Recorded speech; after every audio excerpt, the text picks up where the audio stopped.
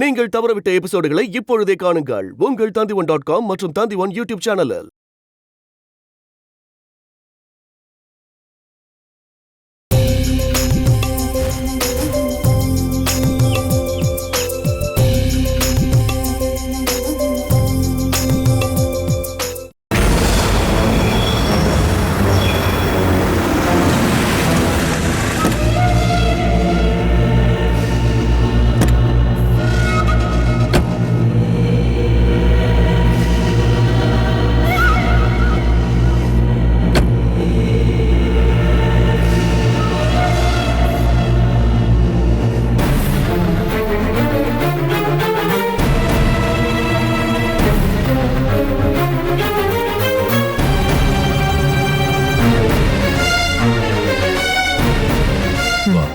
அப்பா யாருமா அது அப்பா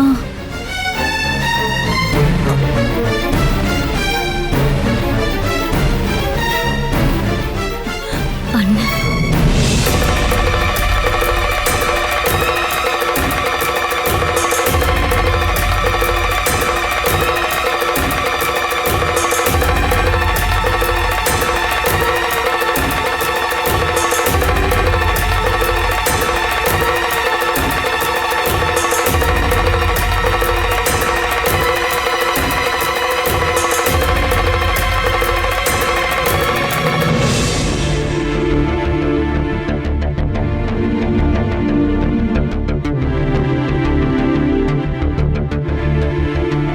என் பையன் ஜெயகிருஷ்ணனுக்கு கல்யாணம்.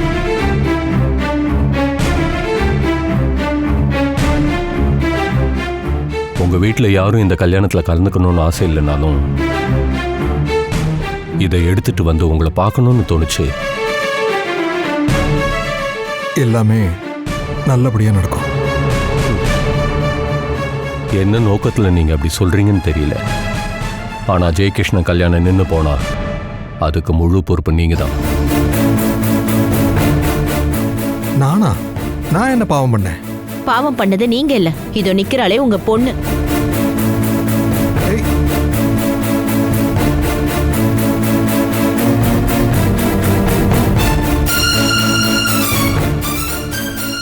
உங்களால நாங்க ஏற்கனவே அவமானப்பட்டு நிக்கிறோம்.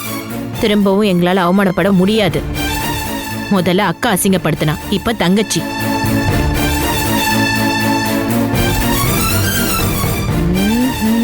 நீங்க எல்லாரும் குடும்பமா சேர்ந்து அவமானப்படுத்தினீங்க.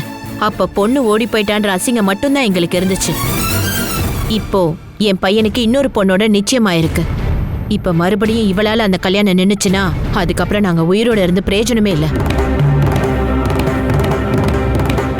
ஓம் நமச்சிவாய. காராளி சந்திரன் உங்க பண்ண கல்யாணம் பண்ணது எதுக்குன்னு உங்களுக்கு தெரியுமா?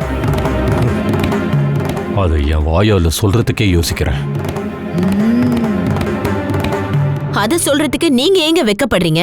அவ அக்கால கல்யாணம் பண்ணதே தங்கச்சிக்கு ஆசைப்பட்டுதான். ஓ, இது வேறயா? ஏதோ நான் பொய் சொல்றதா நினைச்சுக்காதீங்க. சந்திரனே என்கிட்ட சொன்னான்.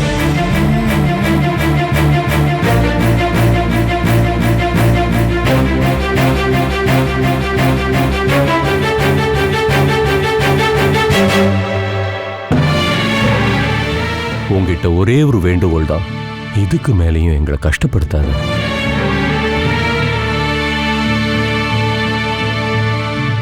நீ என் கூட கொஞ்சம் வா.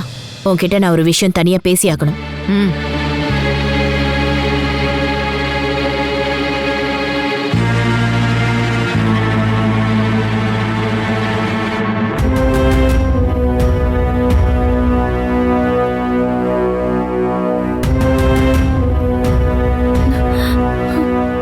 ஏண்டி, நாங்க உங்களுக்கு என்னடி அப்படி துரோகம் பண்ணிட்டோம்?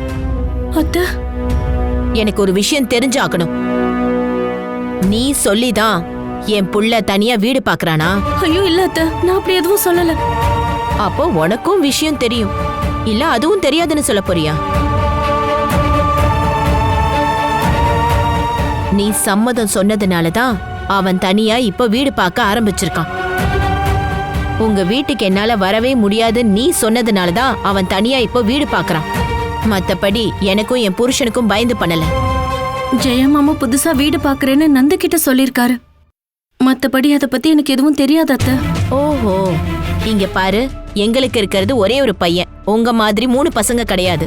இன்னொரு பையனோ பொண்ணோ இருந்திருந்தா இந்த அளவுக்கு கஷ்டம் இருந்திருக்காது.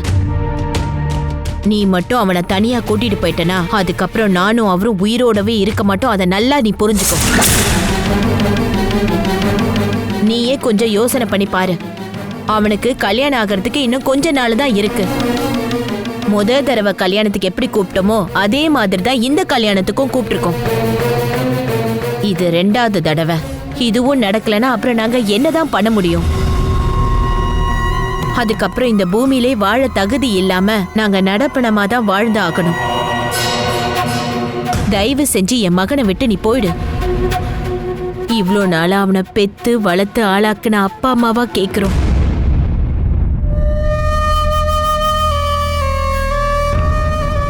இதை தவிர உன்கிட்ட சொல்றதுக்கு வேற எதுவுமே இல்லை.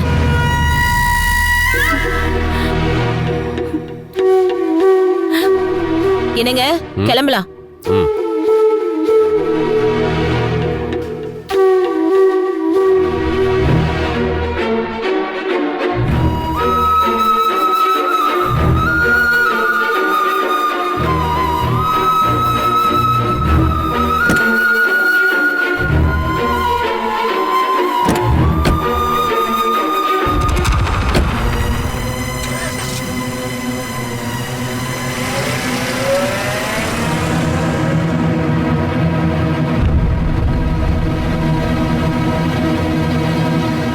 சைலேந்திரி உங்ககிட்ட என்னம்மா சொல்லிட்டு போறா?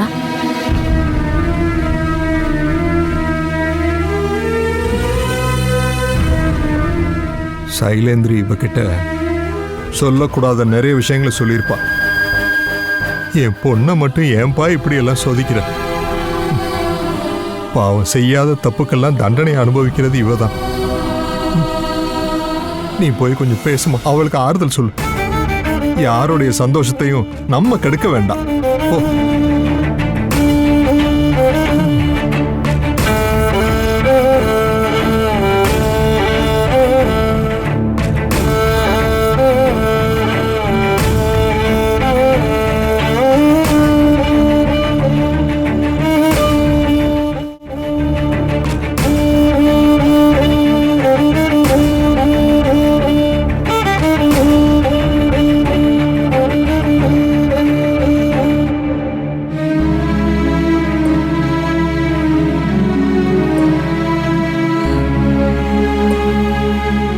துளசி, இப்படி கஷ்டப்பட நான் என்ன தப்புமா பண்ண? சரி, சைலேந்திரி உங்ககிட்ட என்ன சொன்னா? நான் ஜெய மாமாவை அவங்க கிட்ட இருந்து பறிக்க பாக்குறேனா? அப்படி ஒரு எண்ணம் என் மனசுல இருந்திருந்தா இவ்வளவு நாள் நான் காத்திருந்திருப்பேனா? எத்தனை தடவை ஜெய மாமா என்ன வந்து கூப்பிட்டாரு. ஆனா எப்பவுமே நான் அவர் கூட போக ஒத்துக்கவே இல்லை. இப்ப திடீர்னு அதெல்லாம் சொல்லிட்டு எதுக்காக அண்ணனும் அண்ணியும் இங்க வந்துட்டு போறாங்க? ஜெயா மாமா வாடகைக்கு வீடு பாக்குறாராம். எனக்காக தான் ஜெய மாமா இதெல்லாம் பண்றாருன்னு அவங்க நினைக்கிறாங்க. ஓ, அதான் கால்ல நெருப்பு கொட்டின மாதிரி இங்க வந்துட்டு போறாங்களா? ஓம் நமச்சிவாய. பிரச்சனை எந்த அளவுக்கு பெருசா போயிருக்குன்னு இப்பதானே எனக்கு புரியுது. நீ பெரிய கேடியா இருக்கியம்மா. பாஸ்கரோட மகனுக்கும் மானசிக்கும் நிச்சயம் பண்ணினதுக்கு அப்புறம் அவ சந்திரனோட ஓடி போனதுக்கு காரணமே இவளும் பாஸ்கரோட பையனுக்கும் ஏதோ உறவு இருக்குன்னு தெரிஞ்சதுனாலதான். அப்படித்தானமா? இங்க பாருங்க, தேவையில்லாம பேசாதீங்க. நீ எதுக்காக என்கிட்ட கோபப்படுற? நான் சொன்னதெல்லாம் உண்மைதானே பானு?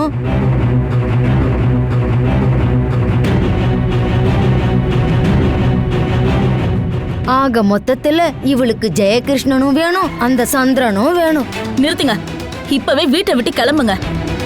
நான் வீட்டை விட்டு போயிட்டா இவளுக்காக இப்ப நடக்கிற சண்டையெல்லாம் சரியாயிடுமா? அந்த பாஸ்கரோட பையனுக்கு கல்யாணம் நிச்சயம் பண்ணிட்டாங்க. சந்திரன் இவ அக்காவோட புருஷன். ஐயோ, எந்த வீட்டுல இந்த அநியாயம் நடக்கும்? முதல்ல கிளம்புறீங்களா? ஆமா ஆமா ஆமா. எந்த உரிமையும் இல்லாம நான் இந்த வீட்டுல இருக்கேன்னு நினைச்சியா? உன்னை சின்ன வயசுல இருந்து தூக்கி வளர்த்தவடினா அப்படிப்பட்ட என்ன வீட்டை விட்டு போக சொல்றியா? நீ எப்பவுமே உருப்பட மாட்டேடி.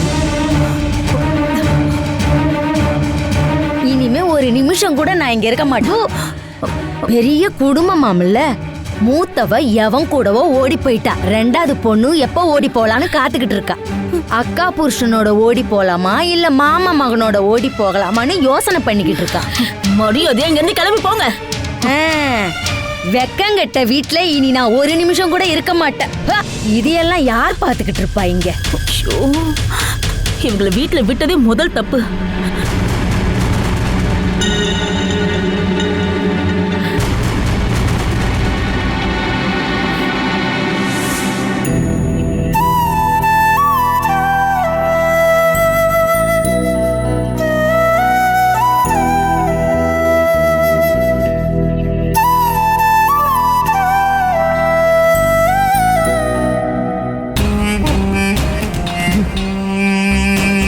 அவங்கள கல்யாணத்துக்கு வாங்கன்னு சொல்லி கூப்பிட உங்க அப்பா உண்மையிலே ரொம்ப தயங்கினாரு. ஆனா கூப்பிட்டதுக்கு அப்புறமா எல்லாத்தையுமே மறந்துட்டாரு.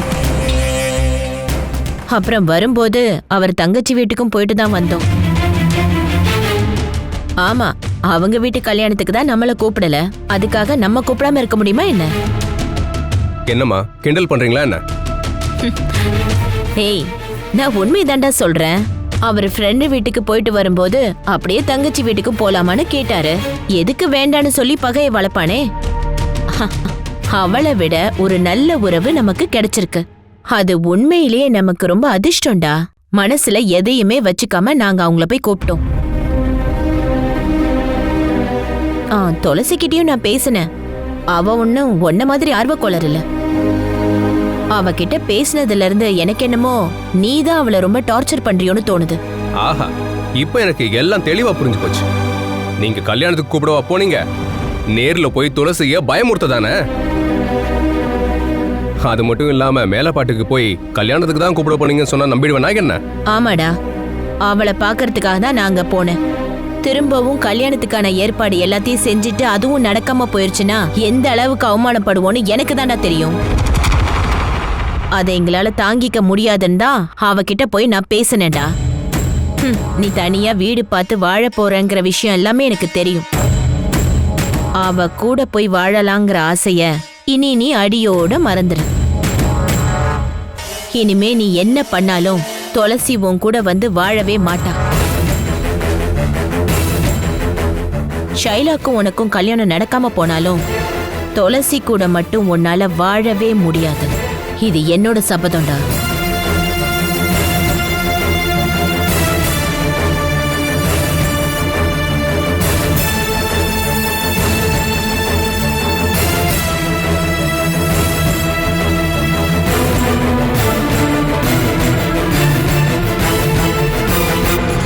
என்னங்க, இந்தாங்க டீ.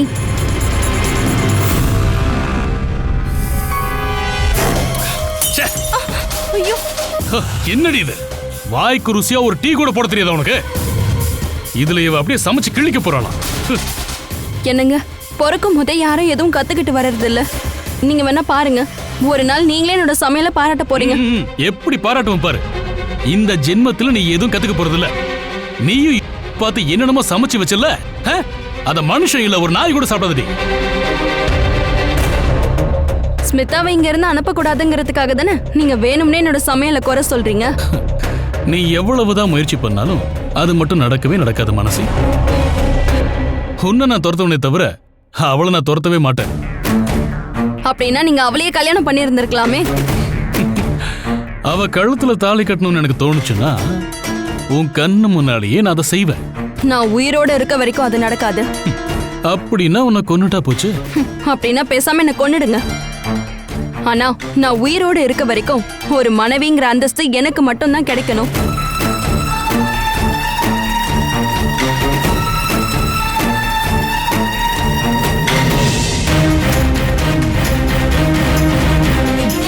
ஸ்மிதா மாதிரி ஒருத்திக்காகலாம் நான் உன்னை கொல்ல மாட்டேன். ஆனா எப்படி தேவையில்லாம என்கிட்ட வாயாடினா உன்னை கொன்னாலும் கொன்னுடுவேன்.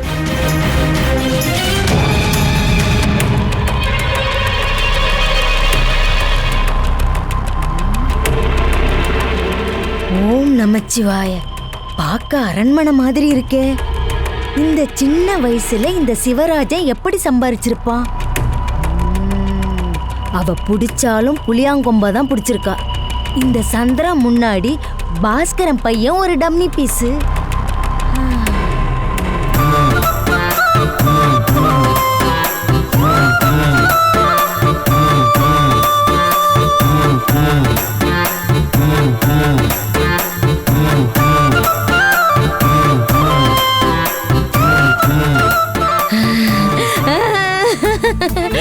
சிவ சிவா, நான் சிவன்ல சந்திரன். டேய் சந்திரா, நான் யாருன்னு உனக்கு ஞாபகம் இல்லையாடா?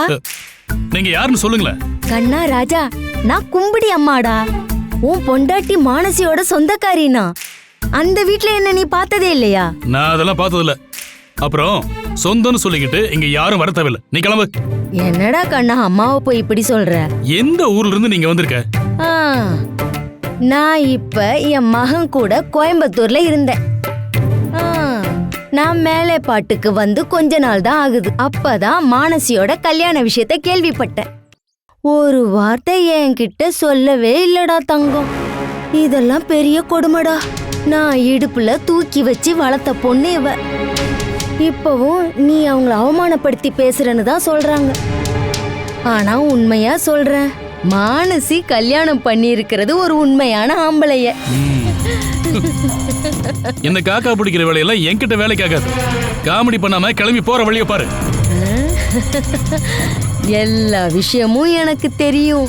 உன் மனசுல இருக்கிறது 1 இல்ல 2. நான் சொல்லவா? உன்னோட மனசுல கம்பீரமா இருக்கிறது துளசி தானே? இப்படி வாங்க, இப்படி வாங்க. உங்ககிட்ட இது சொன்னது யாரு? இந்த கும்பிடி அம்மா லேசுப்பட்டவ இல்லைன்னு நீ புரிஞ்சுக்கிட்ட தானே? உன் மனசுல இருக்கிற ஆசை துளசிக்கு தெரியும். அவ உங்ககிட்ட இதை சொன்னாளா? அத விடு. ஆனா உன்னோட ஆசைய நிறைவேற்றி வைக்க நான் உதவி பண்றேன். இங்க பாருப்பா, ஒரு ஆம்பளைய பத்தி அப்பப்ப ஏதாவது பிட்டு பிட்டா போட்டுக்கிட்டு இருந்தாதான் ஒரு பொண்ணோட மனசுல அவன் இடம் பிடிப்பான். ஹலோ, நீங்க இப்ப சொன்ன விஷயம் ஏதாவது மானசி காதுக்கு போச்சு, அப்புறம் நான் உங்களை உயிரோடவே விட மாட்டேன். அப்படி போய் சொல்ல நான் என்ன முட்டாளாடா? நீ நிம்மதியா இருப்பா. துளசியையும் உன்னையும் ஒன்னாக்குறது என்னோட பொறுப்புடா. அந்த வீட்டுல நடக்கிற விஷயத்தையெல்லாம் அப்பப்ப தெரிஞ்சுக்க எனக்கும் ஒரு ஆள் வேணும்னு நினைச்சேன். நம்பிக்கை துரோகம் பண்ணாம என் கூட இருந்தா உங்களுக்கும் பலன் உண்டு. ஆனா இப்ப என்ன பிரச்சனைன்னா, பானுமதி என்ன அந்த வீட்டை விட்டு துரத்திட்டாலே. நான் தெரியாம அவகிட்ட சிவராஜோட பையனுக்கு என்னடி குறைன்னு அவட்ட கேட்டுட்டேன். நீ அங்கதான் திரும்பி போயாகணும். நீ சொன்னா நான் கேப்பேன்பா. சரிப்பா, நான் மானசிய பார்த்துட்டு கிளம்புறேன்.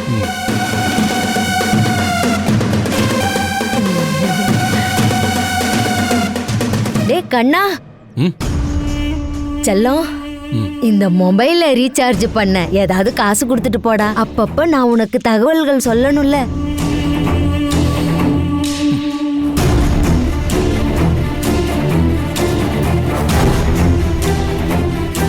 சொன்னது ஞாபகம் இருக்குல்ல?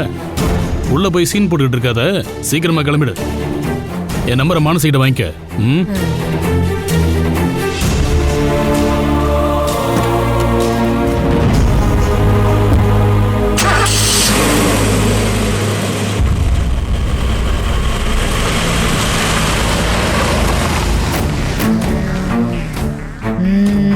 இனிமேதான் என் ஆட்டமே ஆரம்பம்.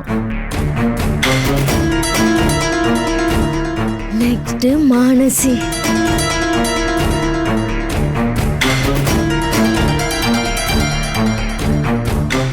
மானசி கண்ணா, மானசி. மானசி, எப்படி இருக்க? நீங்க இங்க என்ன பண்றீங்க? என்னம்மா இப்படி கேட்டுப்புட்ட? நான் ஊருக்கு வந்து 4-5 நாள் தான் ஆகுது. வந்ததும் உங்க வீட்டுக்கும் நான் போனேன். அப்பதான் எல்லா விஷயத்தையும் நான் கேள்விப்பட்டேன். சரி, அதான் அப்படியே உன்னையும் இங்க பாத்துட்டு போலாமேன்னு வந்தம்மா. நீ நல்லா இருக்கியா செல்லம்? எப்படி பாட்டி நான் நல்லா இருப்பேன்? எங்க வீட்ல இருந்து யாருமே இங்க வர்றதே கிடையாது. ஐயோ கடவுளே, உன்னை குறை சொல்றது தான் அவங்களோட வேலை. பானுமதியும் துளசியும் எப்பவும் உன்னை குறை சொல்லிக்கிட்டே இருப்பாங்க. நீ என்னமோ பெரிய பாவம் பண்ண மாதிரி பேசிக்கிறாங்க. நீ அதெல்லாம் ஒண்ணுமே பெருசா எடுத்துக்காதம்மா. நீ உண்மையிலே கொடுத்து வச்சவ. சந்திரன் ரொம்ப தங்கமான பையம்மா. ஏற்கனவே உனக்கு பேசி வச்சிருந்தா அந்த பையன் யாரு? பிச்சைக்கார பையன். இப்பவும் பையனுக்கு கல்யாணம்னு இன்விடேஷனோட உங்க வீட்டுக்கே புருஷனும் பொண்டாட்டியும் வந்திருந்தாங்க. நான் அதையெல்லாம் நம்பவே மாட்டேன். ஐயோ கடவுளே!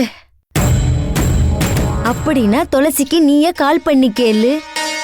பாஸ்கரும் சைலேந்திரியும் அங்க என்ன சொல்லிட்டு போனாங்கன்னு தெரியுமா?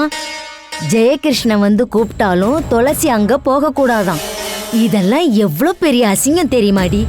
அக்கால கல்யாணம் பண்ண வந்தவன் இப்ப தங்கச்சி பின்னாடியே சுத்துறான். எம்மா, அதையெல்லாம் வச்சு பார்க்கும்போது சந்திரன் எவ்வளோ நல்லவம்மா. அவன் ஒன்ன தவிர இன்னொரு பொண்ணை திரும்பி பார்த்திருக்கானா?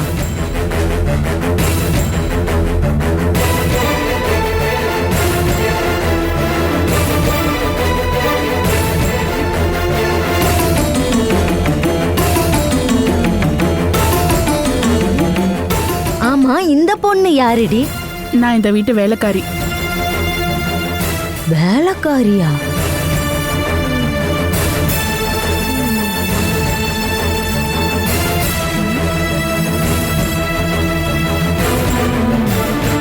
சந்திரன் உன்னை கல்யாணம் பண்ணின பிறகுதான் இவ இங்க வந்திருக்காளா? 2 வருஷமா நான் இங்க தான் இருக்கேன். நீங்க சாப்பிட்டு தானே போறீங்க? சாப்பிட்டதுக்கு அப்புறமா தான் இவங்க கிளம்புவாங்க. முத தடவையா மானசியோட வீட்ல இருந்து இங்க வந்திருக்காங்க. கவனிக்காம விட்டா தப்பாயிடும்ல.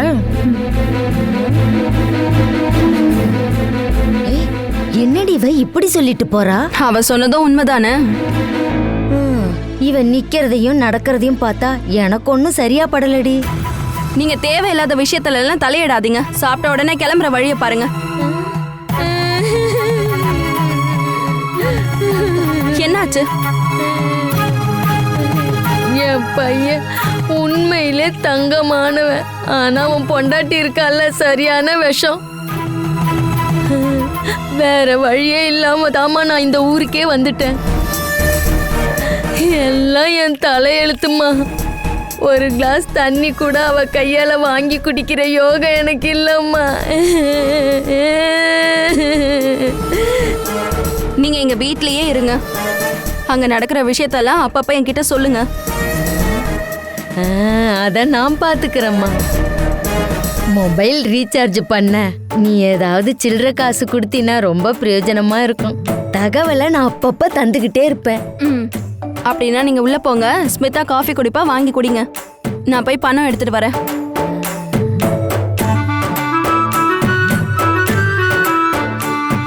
Smitha dangerous lady. கடவுளே, இவ வெறும் சுமிதாவா இல்ல சில்க் சுமிதாவா தெரியலையே.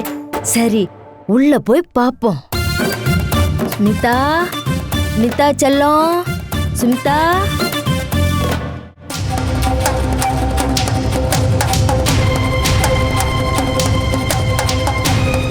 வேணா ஜெயமாமா, தனியாக வீடு பார்க்குற ஐடியாலாம் வேண்டாம். இது வரைக்கும் எல்லா விஷயத்துலையும் நான் துளசி அக்காவை குறை சொல்லியிருக்கேன். ஆனால் இந்த விஷயத்தில் நான் துளசி அக்காவை குறை சொல்ல மாட்டேன். நீங்கள் இப்படி பண்ணுறத தெரிஞ்சுக்கிட்டு தான் பாஸ்கர் மாமாவும் சைலேந்திரி அத்தையும் எங்கள் வீட்டுக்கு வந்தாங்க. இல்லைனா எதுக்காக கல்யாணத்துக்கு கூப்பிட வந்தேன்னு சொல்லிட்டு பிரச்சனை பண்ணிக்கிட்டு போகணும்? நீங்கள் தனியாக வாடகைக்கு வீடு பார்த்துட்டு போகிறீங்கன்னு சொன்னப்போ துளசி அக்கா எந்த ஒரு எதிர்கருத்துமே சொல்லலை. துளசி அக்காவும் அதே தான் ஆசைப்படுறான்னு நான் புரிஞ்சுக்கிட்டேன். ஆனால் அத்தை நேற்று வந்து துளசி அக்காவை மனசளவில் உடைச்சிட்டாங்க. அவங்க சாபத்துக்கு பயந்து துளசி அக்கா கண்டிப்பாக வரமாட்டா. அந்த சந்திரன் கிட்ட இருந்து துளசி அக்காவை காப்பாற்ற தானே நீங்கள் முயற்சி பண்ணுறீங்க. இனி அது வேணாம். அந்த சந்திரனை நான் பார்த்துக்கிறேன். உங்கள் வீட்டில் தேவையில்லாமல் சண்டை போடாதீங்க. சந்திரனை நீ எப்படி பார்த்துப்பேன்னு சொல்ற? நானும் ஒரு ஆம்பளை தானே மாமா. அதுலேயும் நான் அவன் தம்பி. நேரடியாக அவனை எதிர்த்துனால மோத முடியலனாலும் அவனுக்கு ஆப்பு வைக்க எனக்கு தெரியும். துளசி அக்காவை காப்பாற்றுறதுக்காக நான் என்ன வேணும்னாலும் செய்வேன். கொலை கூட பண்ணுவேன்.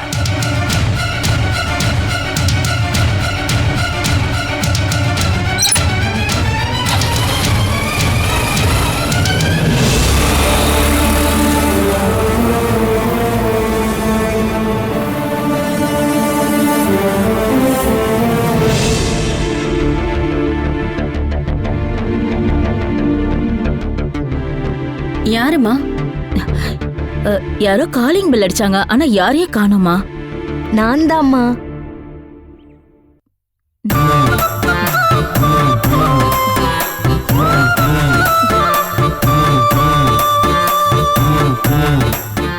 நீங்க இன்னும் போகலையா? ஏமா பானு, உன் மனசை அப்படி காயப்படுத்திட்டு என்னால இங்கிருந்து போக முடியுமாம்மா?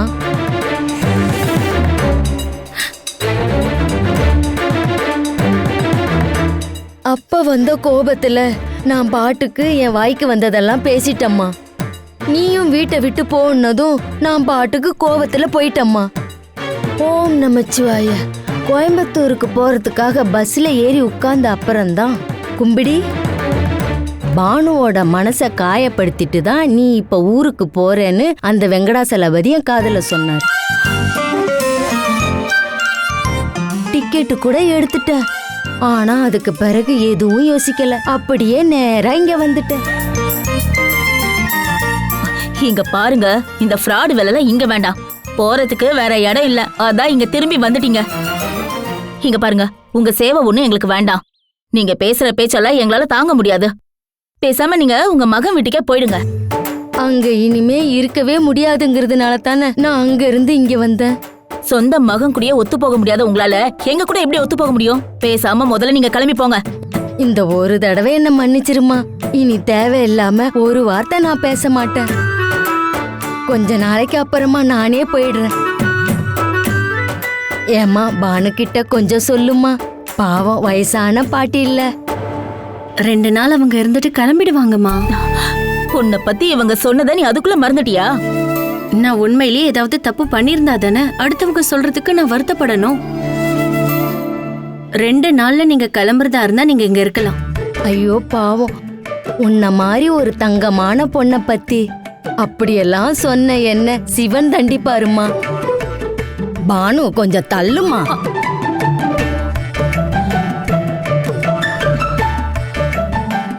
இப்ப எதுக்கு தேவையில்லாம இவங்களை வீட்டுக்குள்ள நீ விட்ட? நாம போன்னு சொன்னா அவங்க போயிடுவாங்கன்னு நினைக்கிறீங்களா? பானு, எனக்கு பசிக்குது, ஏதாவது சாப்பிடத்தாமா?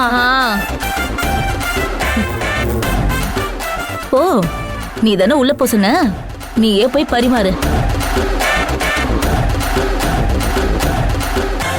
ஐயோ, இன்னும் என்னெல்லாம் பண்ண போறாங்களோ.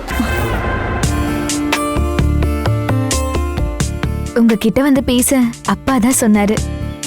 டிரான்ஸ்ஃபர் கிடைக்க இப்ப வாய்ப்பு இருக்குமான்னு எனக்கு தெரியல. உங்க ஸ்கூலுக்கே எனக்கு டிரான்ஸ்ஃபர் கிடைச்சதுன்னா அது உண்மையிலேயே ரொம்ப பெரிய லக்கு தான். இப்போ என் வீட்ல இருந்து ஸ்கூலுக்கு போக 10 நிமிஷம் டிராவல் பண்ணா போதும். கல்யாணத்துக்கு அப்புறம் உங்க வீட்ல இருந்து ஸ்கூலுக்கு போக 1 hour ஆச்சு கண்டிப்பா டிராவல் பண்ணணும். அதனால தான் நான் இதை சொன்னேன்.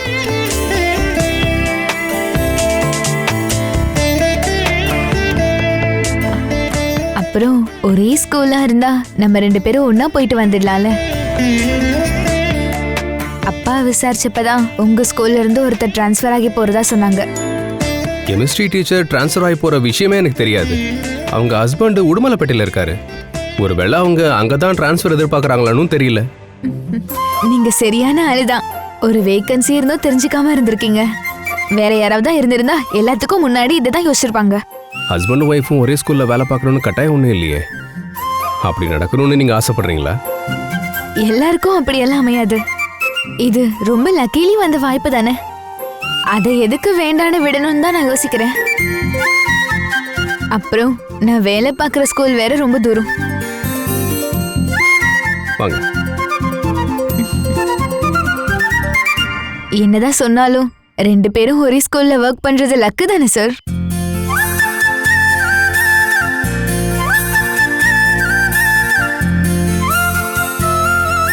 நான் கெமிஸ்ட்ரி டீச்சர் கிட்ட பேசி பார்க்குறேன். இதெல்லாம் உண்மையானு முதல்ல விசாரிச்சு பார்க்கணும்.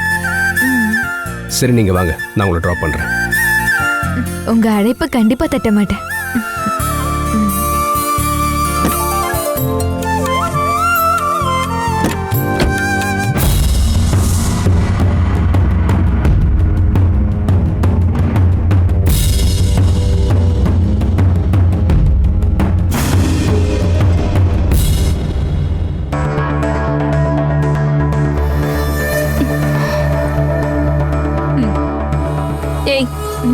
நீ என்ன இங்க ஜாலியா என்ஜாய் பண்ணிட்டு இருக்கியா? என்ன நான் என்ஜாய் பண்ண கூடாதா? எழுந்து வந்து மரியாதையா வீட்டு வேலையெல்லாம் பாரு. நான் தனியாவே எல்லா வேலையும் செய்வேன் நினைச்சியா? இங்க பாரு, என் வீட்டுக்காரர் அப்படி சொன்னாருங்கிறதுக்காக நீ ரூம்குள்ள வந்து உட்கார்ந்துக்கிட்டா இங்க யாரும் சாப்பிட வேண்டாமா? எனக்கு வேலை வேலைக்கு சாப்பிடணும்னா எந்த கட்டாயமும் இல்ல. எல்லா பொறுப்பையும் நீயே ஏத்துக்கிட்டல்ல, அப்புறம் ஏன் என்ன கூப்பிடுற?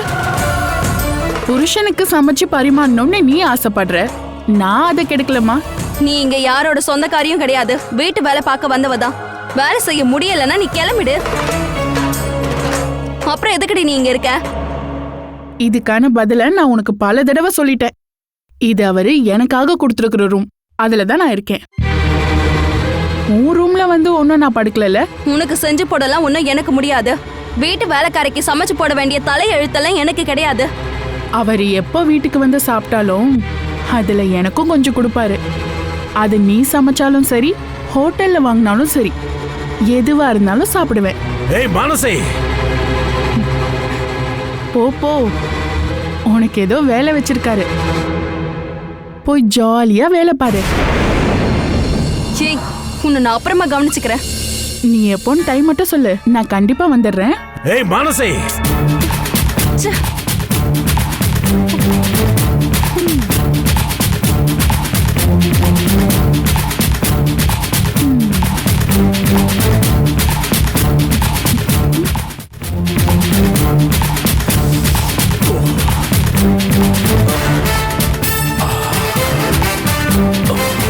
பயங்கரமா வலிக்குது.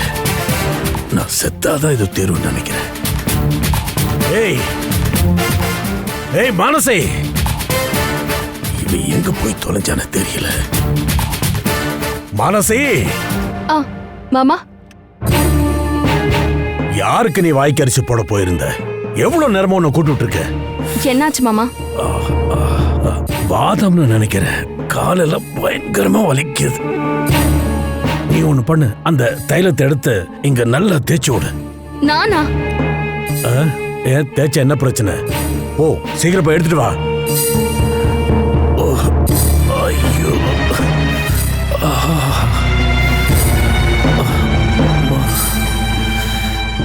சரியான வலியா இருக்கு. ஏய், என்ன பார்த்துட்டு இருக்காத, சீக்கிரம் தேய்ச்சி விடு.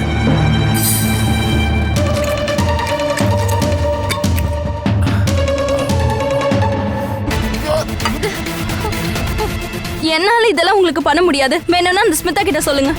நீ தேய்க்கிறதுக்கு என்ன, நீ தான் தேய்ச்சாகணும். சீக்கிரமா தேய்ச்சி விடு. ஏய், மூஞ்சி பார்க்காம சீக்கிரம் தேய்ச்சி விடு.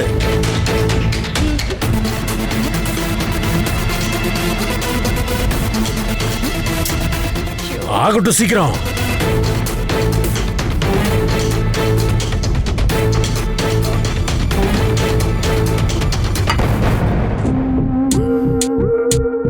ஏய், நல்லா தேய்ச்சி விடு. அப்படிதான் அப்படிதான். அப்படியே கீழே இறக்கி தேய்ச்சி விடு. கொஞ்சம் நல்லா அழுத்தி தேய்ச்சி விடு. கீழே அங்கேயும் ஆயில் போடு.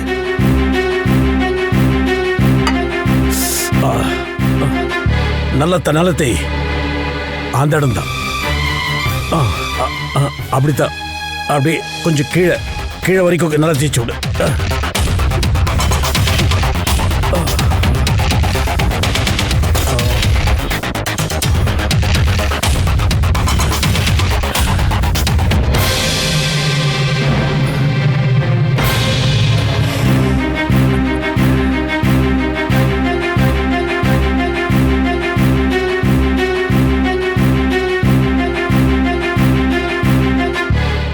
சின்ன வயசுல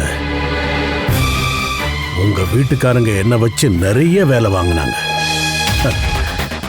அன்னைக்கு இந்த சிவராஜ உங்க குடும்பத்துல வேலைக்காரனா இருந்த. இந்த காலை வச்சுதான் உங்க தோப்புல இருந்த ஒட்டுமொத்த தேங்காயும் நான் பறிச்சு போட்டிருக்கேன். அந்த காலத்தை உன் கையால் இப்போ பிடிச்சிட்டு இருக்கிற. அம்மாடி, இந்த சிவராஜனோட யோகத்தை நீ பாத்தியா? என் பழைய முதலாளி கருணாகரனோட பொண்ணு வேலைக்கார சிவராஜனோட காலை பிடிக்க வேண்டிய சூழ்நிலை வந்துருச்சு. போதும் நிறுத்து.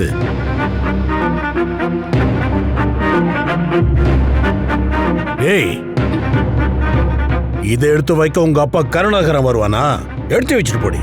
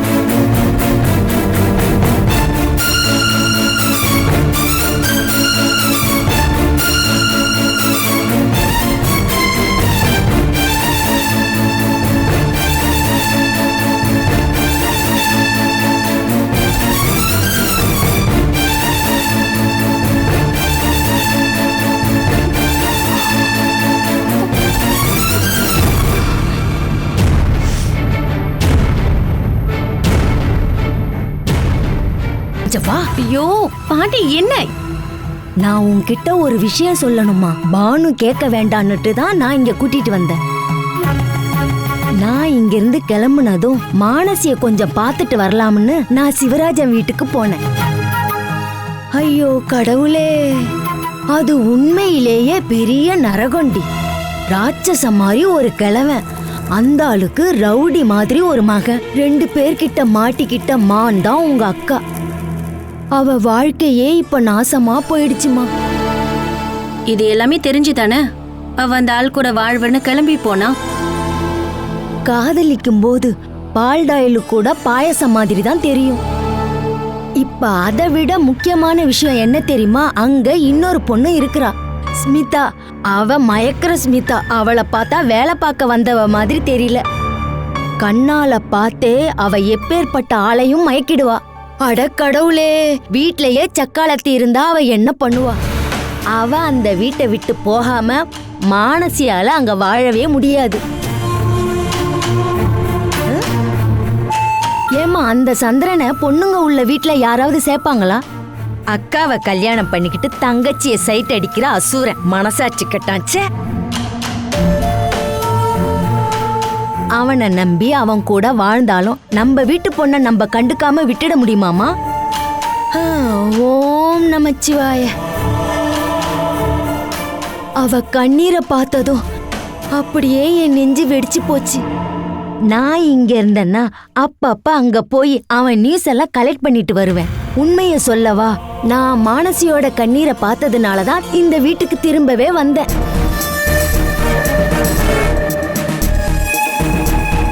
துளசி, இங்க வாமாண்ணா. என்ன? உனக்கும் அந்த ஜெயகிருஷ்ணனுக்கும் ஏதோ லவ்னு எல்லாரும் சொல்றாங்களேம்மா. இங்க பாருங்க, தேவையில்லாத விஷயம்லாம் பேசக்கூடாது. மாமாவுக்கு கல்யாணம் நிச்சயம் இருக்கு. கல்யாணம் நிச்சயம் தானம்மா பண்ணிருக்காங்க. கல்யாணம் இன்னும் முடியல. அவன் மனசுல இப்பவும் இடம் இருக்குன்னா நீ அவன் கூடவே போயிடுமா. பேசாம உள்ள போறீங்களா? பாட்டி கிட்ட கோவப்படாதம்மா. ஐயோ, உன் முகத்தை பார்த்தாலே உன் மனசுல இருக்கிறது தெரியுது. நான் எதுக்கும் அந்த ஜெயகிருஷ்ணனை பார்க்கலான்னு நினைக்கிறேன். ஓம் நமச்சிவாய. ஐயோ, இந்த பாட்டி வேற, இவங்க என்னெல்லாம் பண்ண போறாங்கன்னு தெரியல.